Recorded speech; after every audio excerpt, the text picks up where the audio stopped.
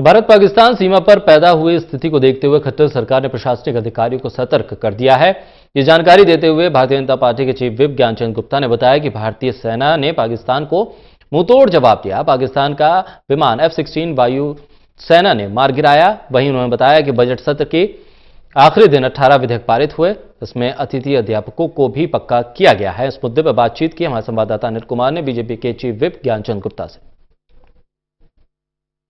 पाकिस्तान सीमा पर जो इस समय स्थिति बनी हुई है, इसको देखते हुए सरकार ने क्या कदम उठाए हैं, इस समय मेरे साथ हैं भाजपा के चीफ व्हिप ज्ञानचंद गुप्ता। इनसे जानते हैं। जी गुप्ता, देखिए गाबा जी, आज सुबह से ही जिस प्रकार से मीडिया के माध्यम से खबरें मिल रही हैं कि जो पाकिस्तान है उसने भारत की नियंत्रण रेखा उल्लंघन करने का प्रयास किया और उनका एक F-16 जो विमान है उसको भारतीय सेना ने भारत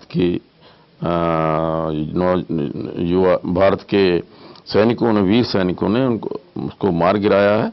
और पूरे मैं समझता हूं कि अब पूरे हरियाणा प्रदेश के अंदर सभी जो हमारे प्रशासनिक अधिकारी हैं उनको अलर्ट रहने के लिए कहा गया है।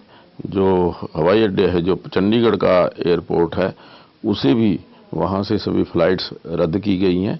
और इस प्रकार से मैं समझता हूं कि आज पूरा देश सरकार के साथ खड़ा है। भिन्न भिन्न स्तर के ऊपर बैठकें चल रही हैं। जो ये कार्रवाई पाकिस्तान के द्वारा की गई है उसका मुंह तोड़ जवाब देने के लिए सरकार प्रतिबद्ध है और पाकिस्तान को जो उसने गलत निर्णय लिया है उसका जो मजा है वो भारत सरकार उसको चुकाएगी। गुप्ता जी, आज सदन में कितने बिल पेश हुए हैं टोटल, और अहम बिल कौन कौन से थे? देखिए, आज सदन में शुरू से ही प्रश्नोत्तर के पश्चात सभी कमेटीज ने अपनी अपनी रिपोर्ट दी और वहां पास हुई, और उसके पश्चात जो 18 बिल थे वो सदन के अंदर पेश किए गए। और उन बिलों के अंदर सभी अहम बिल थे, और मैं समझता हूं कि सबसे अहम बिल जो पास हुआ है वो बिल था गेस्ट टीचर्स को लेकर के उनको पक्का करने का बिल। पिछले मैं समझता हूं कि जब से कांग्रेस की सरकार थी उन्होंने जिस प्रकार से टीचर्स की भर्ती की और उसके पश्चात 2013 के अंदर हाई कोर्ट के अंदर एक एफिडेविट दिया कि हम इनको टीचर्स को 365 दिन के अंदर हटा देंगे। उसके पश्चात हमारी सरकार ने यह वायदा किया था कि हम किसी भी एक गेस्ट टीचर को हटाएंगे नहीं। और आज मुझे बताते हुए बड़ी खुशी हो रही है।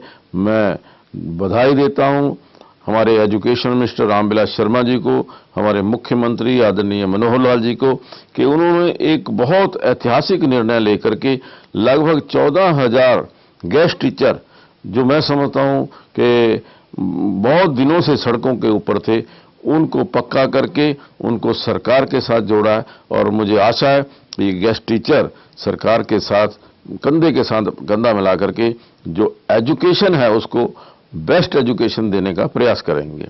इसके अलावा और कुछ बिल जो हैं, चाहे वो उसके अंदर हमारा जो अकाउंटेबिलिटी, फाइनेंशियल अकाउंटेबिलिटी बिल जो है वो भी उसके अंदर पास हुआ है, ताकि फाइनेंशियल डिसिप्लिन जो है वो बना रहे डिपार्टमेंट्स के अंदर, कोई फाइनेंशियल इरेगुलरिटी ना हो।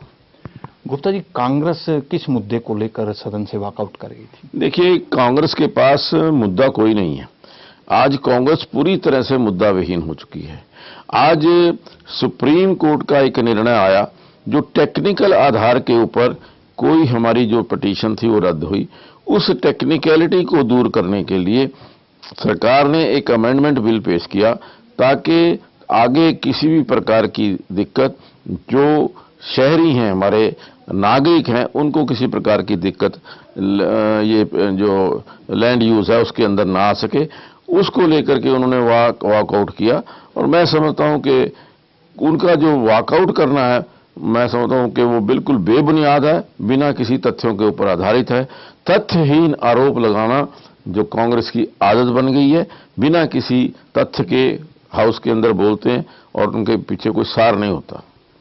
गुप्ता जी, एक विधायकों का वेतन भत्ते को लेकर भी बिल आया था, वो पूरा बिल क्या है और कितना फायदा हुआ है?